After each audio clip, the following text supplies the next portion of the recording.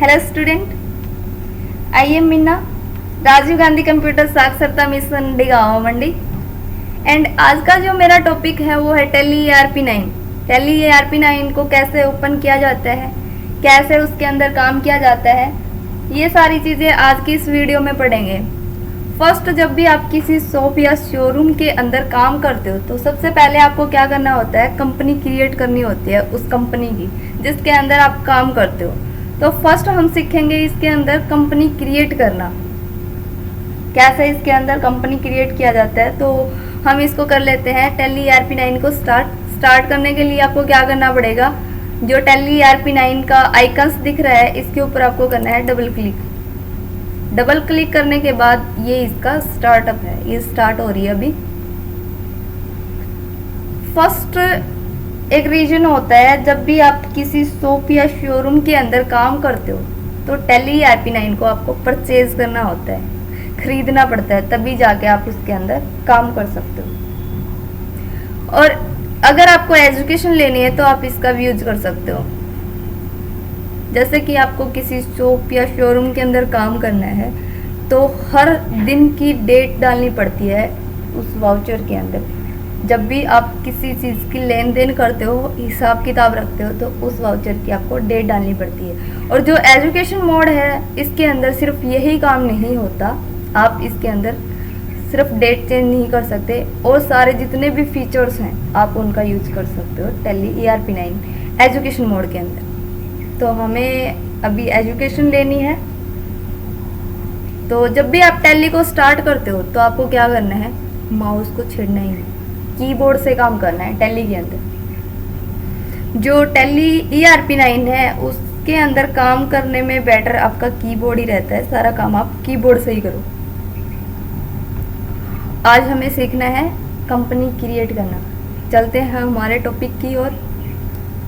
First यहाँ पे आता है वर्क इन एजुकेशन मोड। अगर आप कीबोर्ड से W प्रेस करते हो तब भी आपका ये ऑप्शन ओपन होएगा, या फिर यहाँ पे आने के बाद आप एंटर प्रेस करते हो तब भी ये ऑप्शन आपका ओपन हो जाएगा। और यहाँ पे जैसे फर्स्ट कंपनी क्रिएट कर रखी है, हम इसके अंदर कंपनी क्रिएट करना सीखेंगे। मैं एक बार के लिए इसको बंद कर देती हूँ यहाँ से। ये मैंने बंद कर दिया। और जब भी आप टैली को ओपन करते हो तो फर्स्ट जो आपका काम है वो है कंपनी क्रिएट करना। किसी शॉप या शोरूम के अंदर काम करते हो तो फर्स्ट यही होता है, आप उस कंपनी या शोरूम की कंपनी क्रिएट कर सको। तो कंपनी क्रिएट करने के लिए आपको करना क्या है, कीबोर्ड से अगर C प्रेस करते हो, यहाँ पे देखो कंपनी इन्फॉर्मेशन के अंदर जो टेक्स्ट हाईलाइट हैं रेड आपको शो हो रहे हैं, वो क्या है, इनके शॉर्टकट। जैसे कि अभी कंपनी क्रिएट करना है तो कीबोर्ड से आप C प्रेस कर सकते हो। और जब काम करने से पहले हमें क्या करना है, जो भी कीज़ हैं उनका ध्यान रखना है। कीबोर्ड से मैंने यहाँ से C प्रेस किया तो ये यहाँ से ओपन हो चुका।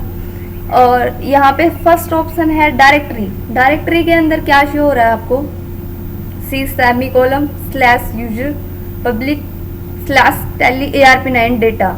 ये क्या है, टैली का पाथ है जहाँ पे क्या कर रखा है, अपने टैली को सेव कर रखा है। तो जब भी आप टैली के अंदर काम करना स्टार्ट करते हो या उसको इंस्टॉल करते हो, हमें ध्यान रखने वाली बात ये है इसके अंदर कि कभी भी टैली को C ड्राइव में सेव नहीं करना, क्योंकि जब भी आपके सिस्टम में कोई प्रॉब्लम आती है तो सिस्टम को फॉर्मेट करवाना होता है और जो भी टैली का काम होएगा वो आपका C ड्राइव में जाएगा। तो C ड्राइव में कभी भी आपको टैली को इंस्टॉल नहीं करना है, ना ही उसके अंदर काम करना है। और जो और ड्राइव होते हैं जैसे E ड्राइव है, H ड्राइव है, G ड्राइव है, E ड्राइव है, तो और जो भी ड्राइव हैं आप उसके अंदर टैली को इंस्टॉल कर सकते हो, उसके अंदर काम कर सकते हो। तो मैं एक बार के लिए इसको कर देती हूँ मिनिमाइज करने के बाद जो टैली का आइकन है उसके ऊपर आप राइट क्लिक करो। राइट क्लिक करने के बाद यहाँ पे एक ऑप्शन आता है ओपन फाइल लोकेशन, इसके ऊपर आपको क्लिक करना है। क्लिक करने के बाद यहाँ पे एक नोटपैड की फाइल दिखाई देगी आपको, कॉन्फ़िगरेशन सेटिंग, इसके ऊपर क्लिक करना है। ये नोटपैड की फाइल है, इसको हम बड़ा कर लेते हैं। और बड़ा करने के बाद यहाँ पे एक ऑप्शन होता है जैसे कि ये है यहाँ पे specify the path location help folder. इसको क्या करना है, हमें इसको यहाँ से लेकर यहाँ तक डिलीट करना है और यहाँ पे करना है, जैसे कि मैं ई ड्राइव कर दूँ, ई कैपिटल कर लेती हूँ, ई सेमी कोलम स्लैश, स्लैश है यहाँ तक, सेमी कोलन टैली ERP9। इस नाम से मैंने क्या कर लिया, टैली का पाथ चेंज कर दिया। और एक ऑप्शन और होता है यहाँ पे, to stop loading TDL file set the following line to on user. इसको करना है आपको नो। ये दो सेटिंग आपको करनी होती हैं। फर्स्ट जब आप काम करते हो, और इसको करना है सेव। सेव करने के लिए आप यहाँ पे फाइल मेन्यू पे जा सकते हो और यहाँ से सीधा इसको सेव कर सकते हो, या कर सकते हो कीबोर्ड से Ctrl+S, इससे भी ये सेव हो जाएगी। और सेव करने के बाद आपको ऐसे इसको कट कर देना है। और अब जो हमारी टैली है उसको कर लेते हैं ओपन। यहाँ पे एरो की से ऊपर आ जाना है और यहाँ पे भी आपको जो पाथ में डाला वही डालना है, E semi colon slash Tally ERP9, ये डालना है। उसके बाद करना है आपको एंटर नेम।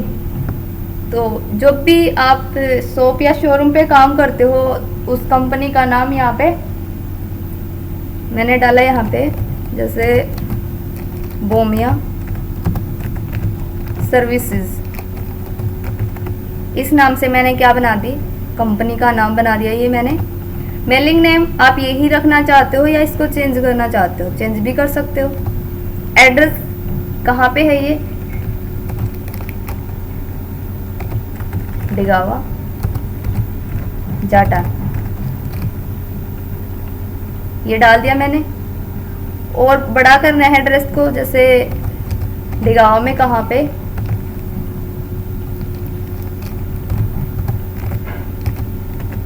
लोहारू रोड, इससे भी बड़ा डालना है। और भी डालना है, जैसे यहाँ पे करना है भिवानी।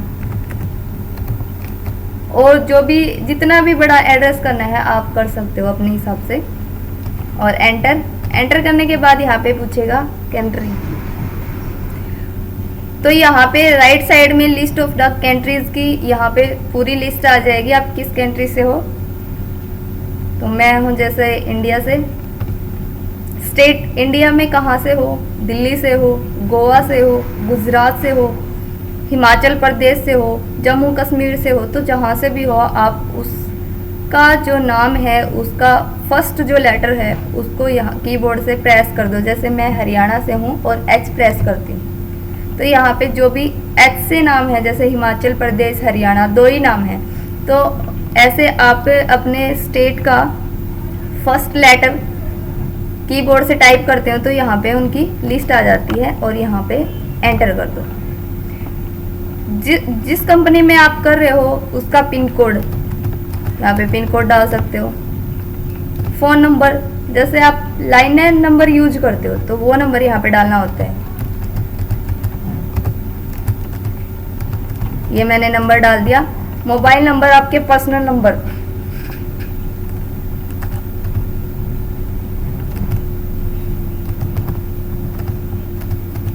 यहाँ पे मैंने नंबर डाल दिया। फैक्स नंबर ये पहले होता था, अब इसके अंदर काम नहीं होता, ज़रूरी भी नहीं है इसका यूज करना, तो हम इसको छोड़ देते हैं। फिर आती है ईमेल। आप जो भी ईमेल यूज करते हो वो ईमेल डाल दो यहाँ पे, edu.bhigawa,